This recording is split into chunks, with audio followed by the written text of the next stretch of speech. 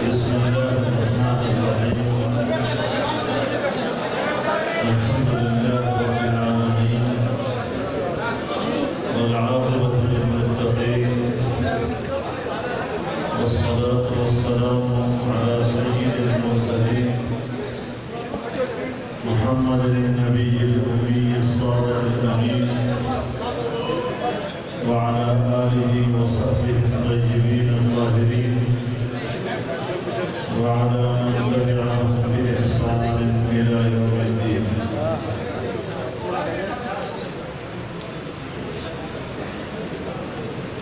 حضرات علماء کرام، میرے بزرگوں، دوستوں اور بھائیوں،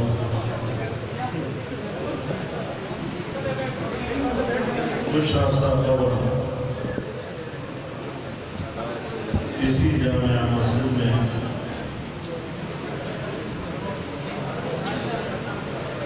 میں اپنے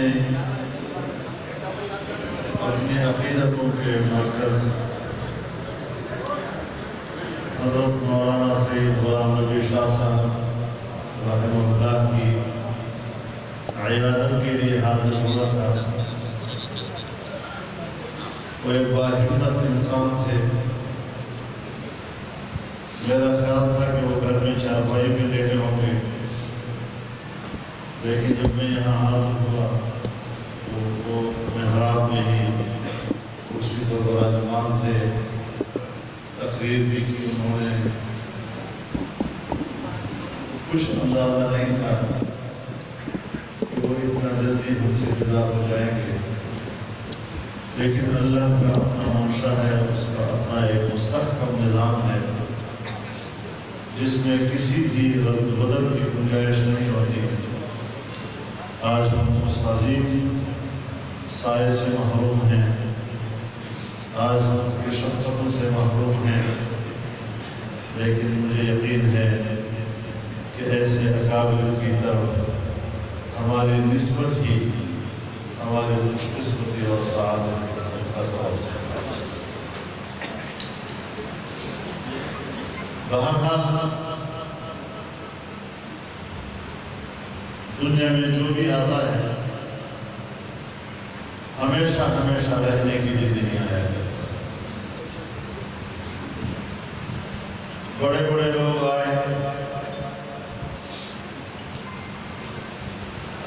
علم فن کے حاملین آئے،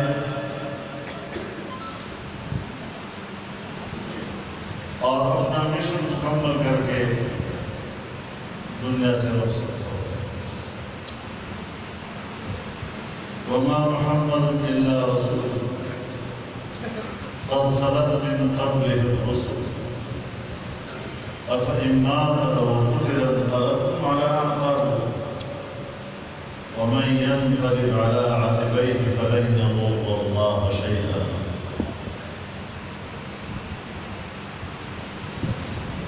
نبی اکرم حضرت محمد صلی اللہ علیہ وسلم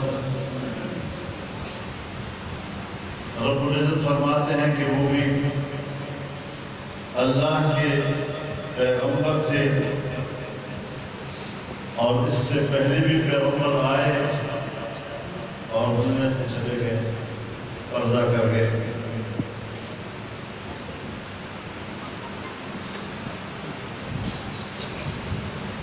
ہمارے علماء نے ہمیں قرآن اس طرح سمجھایا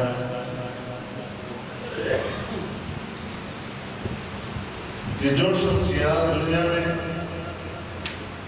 عظیم الشان نصب العین لے کر آتی ہیں اور اپنی زندگی اس کے لیے وقف کر دیتے ہیں، وہ جب دنیا سے جائیں تو پھر زندہ لوگوں کو وہ ایک امانت حوالے کرتے ہیں،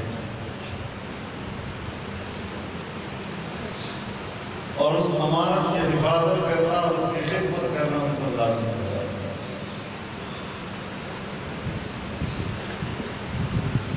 کسی شخصیت کے دنیا سے چلے جانے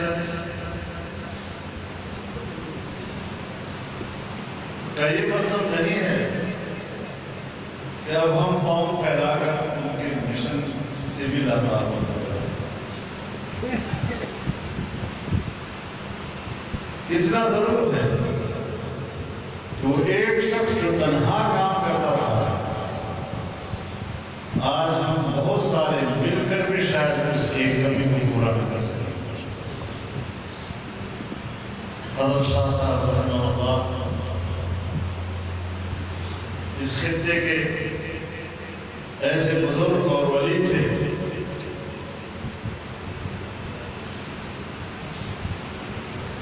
کہ جب بھی کوئی دینی اور علمی ضرورت پڑتی تو ان کی طرف ذہن متوجہ ہو جاتا تھا، ان کی طرف رجوع کرنا پڑتا تھا اور ان کی رہنمائی نہیں ہوتی تھی. اللہ تعالی حضرت شاہ صاحب کی زندگی بھر کے حسنات و طیبات کو قبول فرمائے اور آخرت میں صرف موازین اور عیشت راضیہ کا ذریعہ بنائے.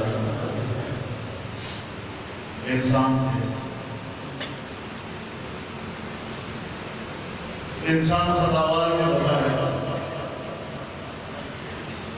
رب العزت ان کی مغفرت عطا فرمائے اور جنت الفردوس میں اعلیٰ مقام نصیب فرمائے. سرزمین ہزارہ میں اگر آج ہر طرف جمعیت علماء اسلام اور فرش نبوی لہرا رہا ہے تو یہ انہیں اکابرین کی محنت میں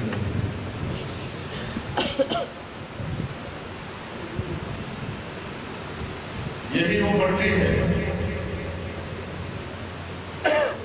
جہاں سے مجاہد ملت حضرت مولانا غلام غوث ہزاروی رحمہ اللہ اٹھے.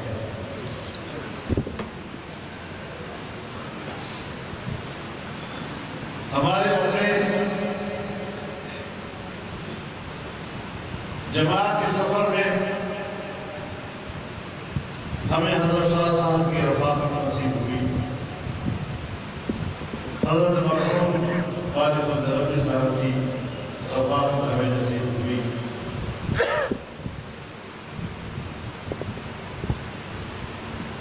اللہ تعالیٰ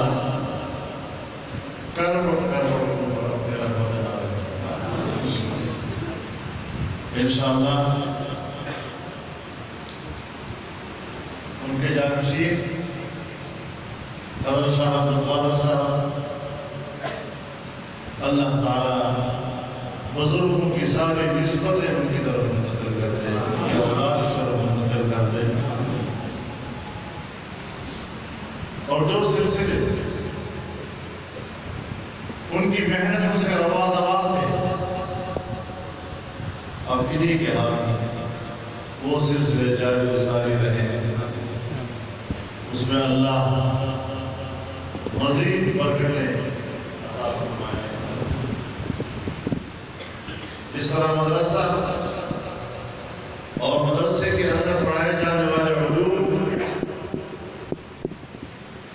یہ ہمارے اکابر کی دی ہوئی امانت ہے،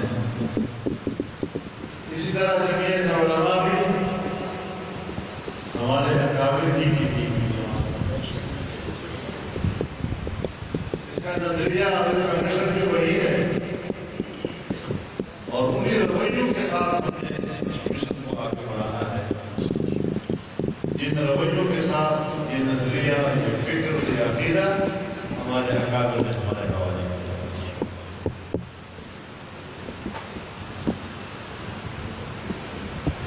یقیناً دنیا میں آزمائشیں آتی ہیں، ہر زمانے میں آزمائشیں آتی ہیں اور اسلام کی پوری تاریخ آزمائشوں سے بھری پڑی ہے. حق و باطل کی اس کشمکش کے نتیجے میں ان تمام حالات سے گزر کر آج قرآن و سنت ہمارے اللہ تعالیٰ نے اس دین کی حفاظت کے لیے رجال کار بھی پیدا کیا، ہر زمانے کے لوگوں کے دلوں میں ہمت ڈالی اور واصبر كما صبر اولو العزم من الرسل کی مثال۔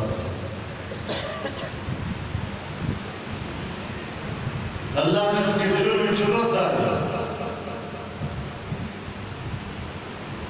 باطل سے ٹکر لی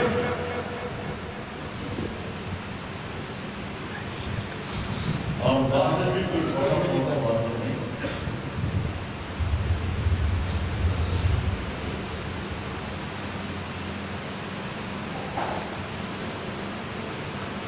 ایک جانب حق ہے، ایک جانب باطل ہے۔ ہمارے علماء کرام، ہمارے اساتذہ ہمیں پڑھاتے ہیں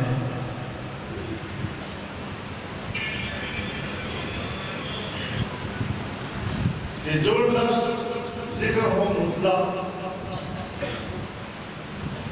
خارج میں اس کا مصداق فرد کامل ہوا کرتا ہے۔ اب جب قرآن کریم نے حق کا لفظ استعمال کیا تو پھر حق کا فرد کامل کیا ہوا؟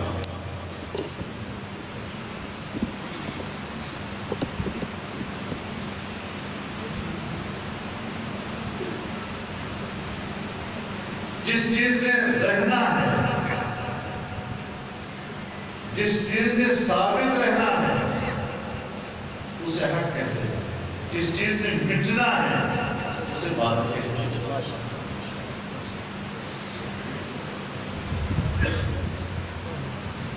حق ہمیشہ کے لیے وجود پذیر چیز کا نام ہے اور باطل ہمیشہ کے لیے مٹ جانے کا نام ہے۔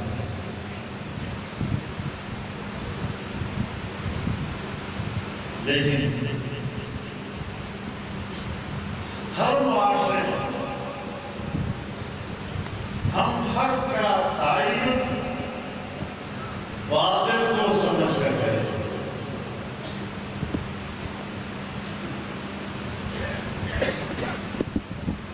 الاشیاء تعرف بأضدادها،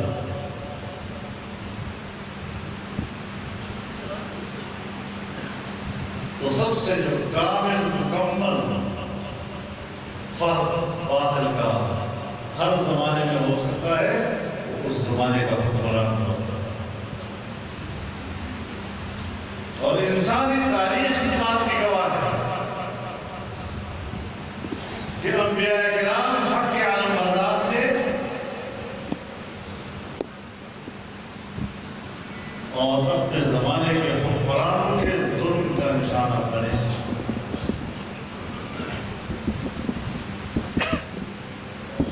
چھوٹے موٹی آزمائش نہیں، کسی گلی کوچی کے لوفر اور بدماش سے واسطہ نہیں، اس زمانے کے طاقتور سے واسطہ اور پھر اس طرف سے آزمائشیں آئیں اور ہر زمانے میں ہمارے پر آزمائشیں آئیں۔ اسی لیے اللہ رب العزت نے جب حق کا پرچار کرنے کا حکم دیا وتواصوا بالحق، وہ ساتھ میں فرمایا وتواصوا بالصبر۔ طاقتور باطل قوتوں کے طرف سے آنے والے آزمائشیں، تکلیفیں اور مصیبتیں، اس کے مقابلے میں آپ حق کا علم بلند کریں گے تو آزمائشیں تو آئیں گی۔ اسی لیے اللہ نے فرمایا کہ صبر و استقلال کے اختیار ہے، گھبرانا نہیں ہوگا، پیچھے نہیں ہٹنا ہوگا، موقف نہیں چھوڑنا ہوگا اور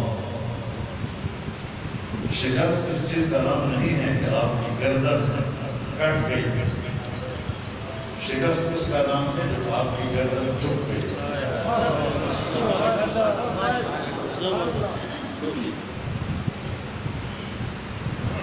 جرأت اور بہادری کے ساتھ اور عزت و آبرو کے ساتھ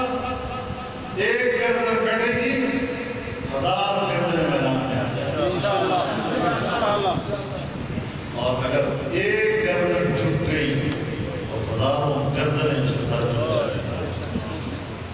اللہ ہمیں اس دن سے بچائے.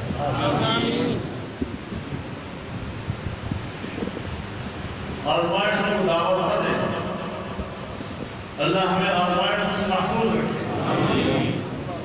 لیکن اگر مقدر ہو تو پھر اللہ ہمیں اس وقت استقامت نصیب فرمائے، ہمت نصیب فرمائے. مومن کبھی بزدل نہیں ہوا. خاصا دنیا سے گئے اور ہر طرح کے حالات میں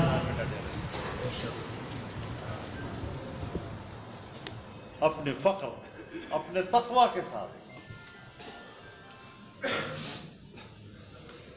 خود بھی اور پورا خاندان اور ان کا ماحول بھی اللہ کے دین کے ساتھ جڑا رہا، مضبوطی کے ساتھ جڑا رہا،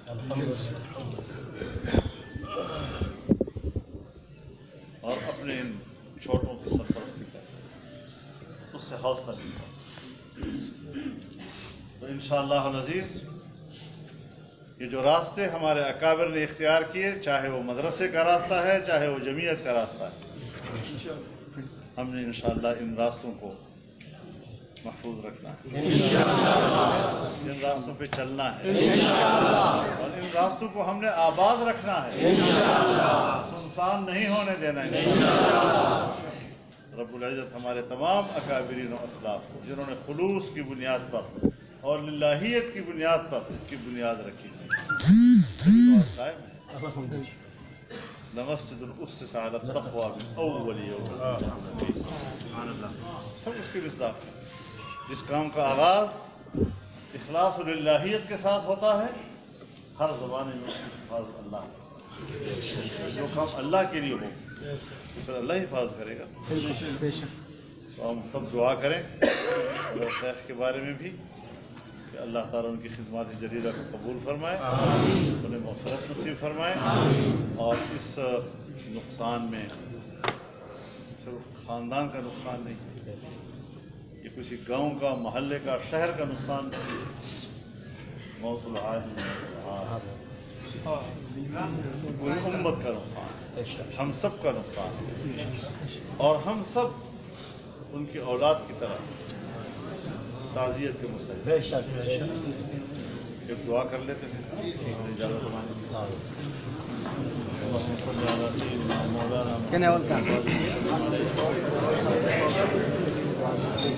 جتنے بھی ہمارے دوست ساتھی دنیا سے رخصت ہوئے ہیں، یہ دعا فرمائے کہ اللہ تعالیٰ مغفرت فرمائے، ان کے درجات کو بلند فرمائے.